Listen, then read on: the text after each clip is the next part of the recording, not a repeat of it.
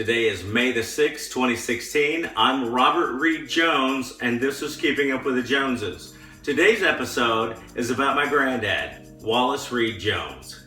My granddad was born May the 6th, 1925, and he died January the 7th, 1998. I started using the internet in 1995. My granddad died a few years later, and like many of grandparents from my generation, they have no internet history. They're not on the internet at all. This is kind of like my little tribute to my granddad. It puts something on the internet about him. I've told stories to Allyson about how you can know someone, but you only know them from your perspective. So for me, Wallace Reid Jones, my granddad, who I commonly refer to as Granddad or Granddaddy, all I know is what kind of grandfather he was to me, and to me, he was the best grandfather ever. Now, I always refer to my granddad as either Granddad or Granddaddy. My mom called him Daddy. My grandmother called him Wallace. And people where he worked at Ford Motor Company, they called him Pappy. Both my granddad and my grandmother were a huge part of my childhood because they raised me for the majority of it. About my grandmother, Bettie Rose Jones, that's for a different video. Let's start off with a photograph of my grandmother and my granddad. I believe this picture was taken in the 1940s or 50s.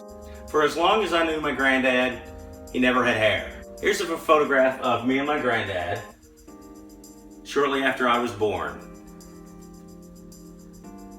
This was taken in 1971, and at the time, my granddad was approximately the same age that I am now. 27 years later, I took this photograph of my granddad and Allyson. Here's a photograph of me and my grandparents. I believe the time frame was around 1977. We were in Hansing, Kentucky, and that's where my grandmother's parents lived, the Baldwins. For as long as I knew my granddad, he always wore a musk cologne. One of the things that I still have of my granddad's from the late 70s, I believe, is this cologne. My grandmother used to buy Avon products a lot. And this is Avon Wild Country Aftershave. And ironically enough, I don't open it very often, but it smells exactly the same after all this time. It reminds me of my granddad. My granddad taught me how to cut grass with a push mower, and then I went on to cut grass for the next 6 years as a way to make a living. Since I spent so much time with my grandparents growing up, I know that they ran a restaurant, one in which I was probably under 10, but what was cool is when I was at the restaurant with them, my grandmother would have me fold napkins, and she showed me how to fold them very fancy-like. So this little 10-year-old boy would go around folding the napkins all fancy-like. It was kind of fun. I remember it. It didn't matter where my granddad lived. He was always growing vegetables because in the Army, he was a cook. He was a very good cook. And then when he left the Army, he went on to manage the restaurant, like I mentioned. And then he just made very delicious dinners for everyone who spent time with him. They managed an apartment building, one that they lived at. And I believe that I learned to swim at the swimming pool at that apartment building. Then for a very long time, my granddad worked as a tool and die man at Ford Motor Company, the big truck plant in Louisville, Kentucky.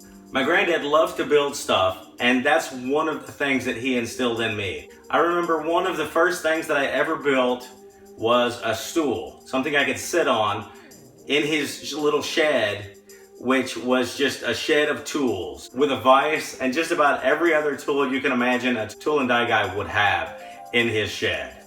It was just a little wooden stool made of 2x4s, and I made it so that way I could sit at the bench where the vise was, so that way I could do stuff because I was probably only 10, maybe 11.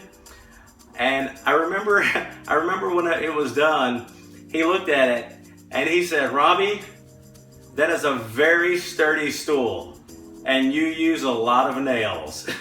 which was very true. I did. I used twice as many nails as any professional would ever use. One of the things my granddad made me when I was young to play with was this little boat. Simple little boat, but I loved it. I played with it. Played with it on the carpet. I didn't play with it in the water, but I still have that. And I remember one of the very first toys that I made myself was in his tool shed around the same time. It was a simple little car. And I used a hole saw and I cut out 4 little round discs from very thin plywood, and then I carved out a car shape out of a 2x4, and then I just put screws through the little discs that I carved out in there, and then I had a 4-wheel little car. That was the first toy that I ever made myself, and I remember I played with that thing a lot. During my granddad's downtime at Ford Motor Company, he would spend his personal time making knives. And he made me this knife right here. It's a very nice wooden handle with brass ends. He gave that to me in 1987. And then I very promptly made this knife holder because of how awesome it is. On the back it says Dagger by Wallace R. Jones, plaque by Robert R. Jones, 8/16/1987.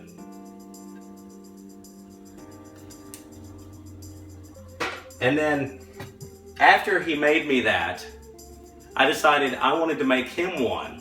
So I was in an art class in high school and I didn't know anything about metals, but I could carve wood. So I went to a gun and knife show and I bought a nice blade.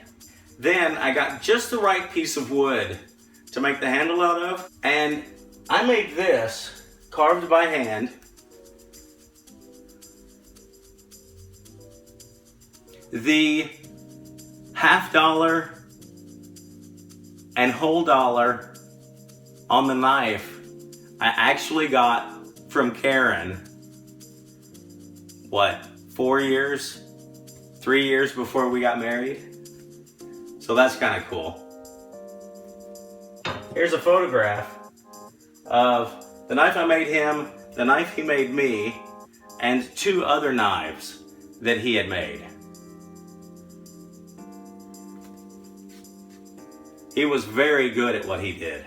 Here's a picture of him on his retirement day from Ford Motor Company.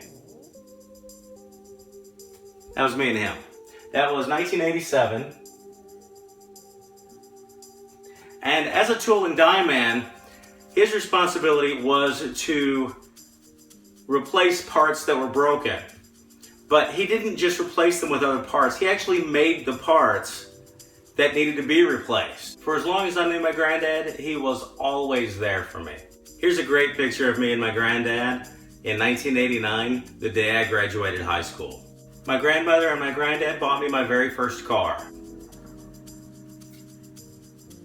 Here's a photograph of me, Karen, my grandmother, and my granddad on December 31st, 1991, the night Karen and I got married.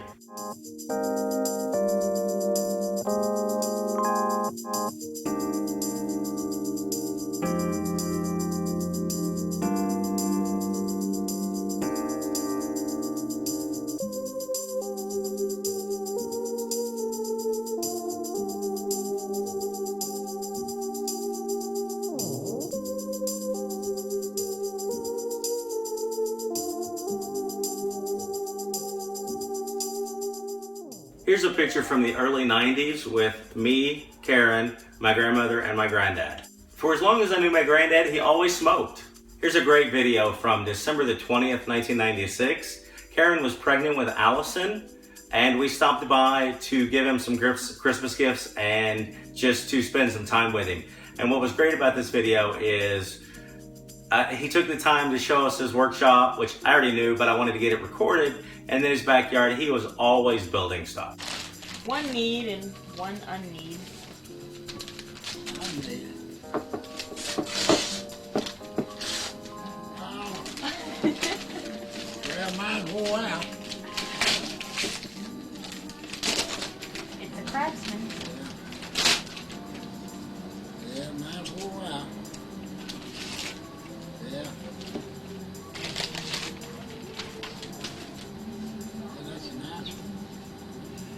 plumb something down. You can sit down on your head, see if you're level-headed. No, you're half a bubble off. Hey, go in and take some pictures of my shop. Okay.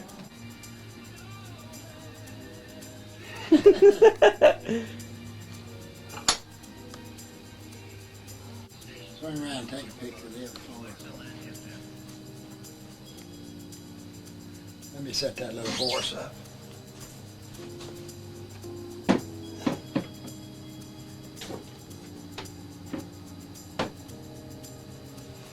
Yeah, that looked pretty good, wasn't it? Mm-hmm. I'll see which way the wind's blowing. Yeah, What- get the gun right. Your knife up there. See your knife? Can you get my Star of David out there? Yeah, where's it at?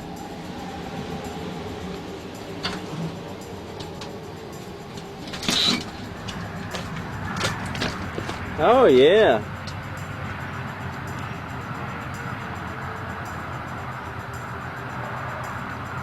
For as long as I knew my granddad, he was always sitting at the kitchen table with his feet propped up. Here's a photograph from March 8th, 1997. Allyson was less than a month old. And here's the video that goes with that photograph of them spending time together.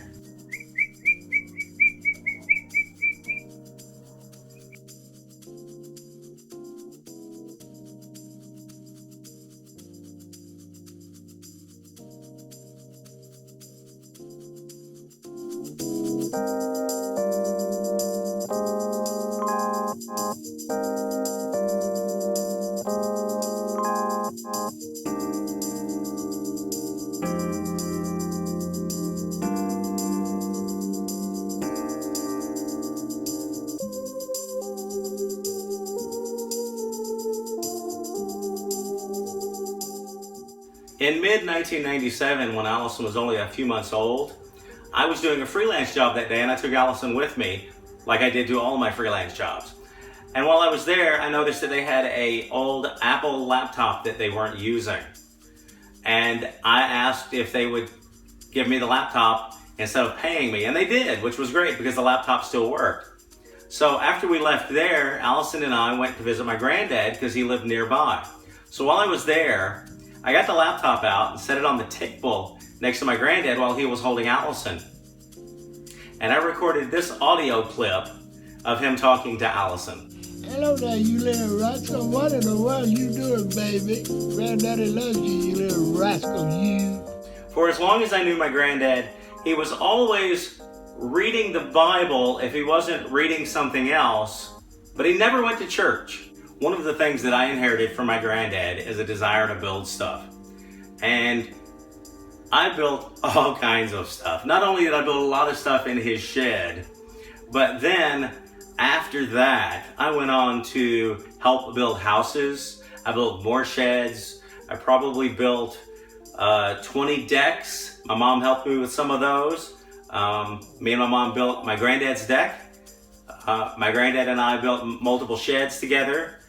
Built his garage. I was the shingle guy, and I would do shingles all night long. Didn't matter. I built Karen an art table. I built box frames for Karen's artwork. I built a cat bed for Briscoe in the window in our old house. Because of the desire to build things that my grandfather instilled into me, I went into architecture. In the final year of middle school, I was in architecture all 4 years of high school, and my senior year I was an architecture class president. I worked for an architecture firm for 2 years. In high school, I also had wood shop and art classes where I built all kinds of stuff. So yeah, building was a huge part of my life thanks to my granddad. In a future episode of Keeping Up with the Joneses, or maybe tomorrow's episode, titled Rob the Builder, I'm going to discuss all of the things that I built over my lifetime. All started from the inspiration that I received from my granddad. One of the things that was great about my granddad is whenever I would stop by, which was very frequently in my adulthood, He always had the snacks that I wanted. He specifically went out and bought the snacks that I liked and kept them in his fridge for me. They were these little cakes that I liked, and I liked them cold, so he kept them in the fridge. And then a special kind of cheese. It was just fun to go there, get some cheese or a snack cake, sit down at the table and just talk with him for a long time. For as long as I knew my granddad, he was always in the middle of making something. I thought my granddad was hilarious. He was always telling jokes and making me laugh. And I captured some of that in the video, but sometimes he did stuff like this. He made this when he worked at Ford Motor Company, and the instructions are on the bottom. How to operate BS machine or bullshit grinder. Hold with left hand, turn with right.